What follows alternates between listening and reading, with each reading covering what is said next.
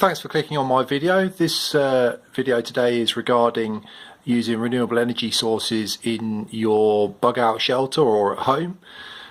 This particular system, I just wanted to share with you some top tips on getting the most out of solar arrays when you set them up.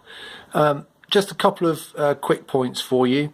Whenever you're using DC electrics, you need to be very careful to avoid allowing any kind of short circuit between positive and negative poles.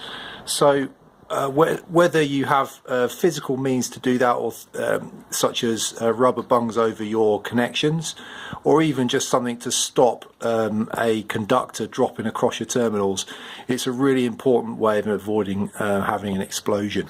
So this particular system was pretty much thrown together with some bits and pieces that I had anyway.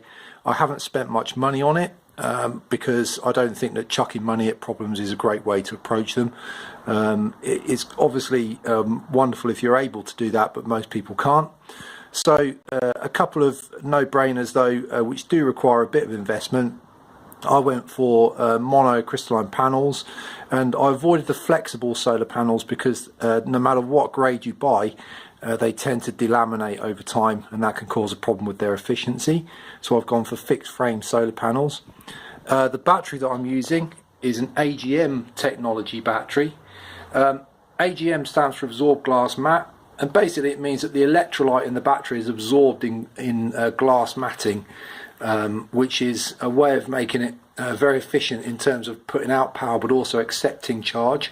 And from a safety point of view, it means that if you have a problem where the battery is overcharged and decides one day that it's going to explode, then you're not going to get acid spraying all over the place. And that is a really key factor if you want to take care of yourself and your loved ones. Something else that we've got on this system, a couple of these cheap volt-amp meters, which I've found to be really good. It's pretty difficult though to find your wiring. So like diagrams and things, if you buy these on eBay, they don't always come with a wiring diagram, so it can be a little bit tricky to work out how to wire them. And the simple answer to that is negative in and negative out, and that's whether it's going out to your load or from your incoming supply, and then just a positive.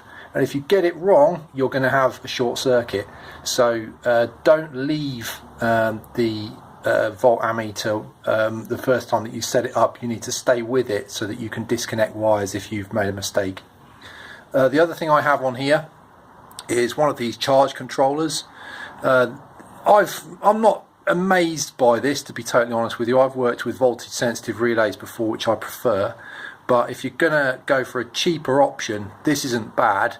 And what I have connected to this on the load output connection is a DC heating element. And that's rated at the same maximum rating as the solar panels, so that if you go overcharge, you can at least blow off that additional charge as heat, rather than expanding and destroying your expensive battery. I'm also can see from here what the input from the solar panels is. As you can see, it's fluctuating a bit, and I think that's mostly due to the charge controller.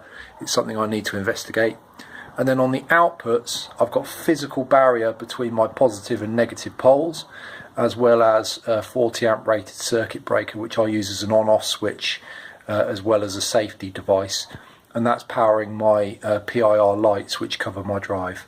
So if you're going to connect this up, one last top tip: if you're using more than one battery and you're wiring them together in parallel, in other words, you want a 12 volt output from your battery bank, remember to have your input and output running to the negative terminal on one end of the battery bank and the positive terminal on the other end of the battery bank, so that your charging and your loads see the battery bank as one large battery. That way you won't get problems with batteries having different states of charge and therefore straining to help each other out and being damaged in the process. So make sure that you think safety in electrics. This isn't ideal, there's plenty I need to do to improve this, but it's been running now for a few weeks and it seems to be pretty safe.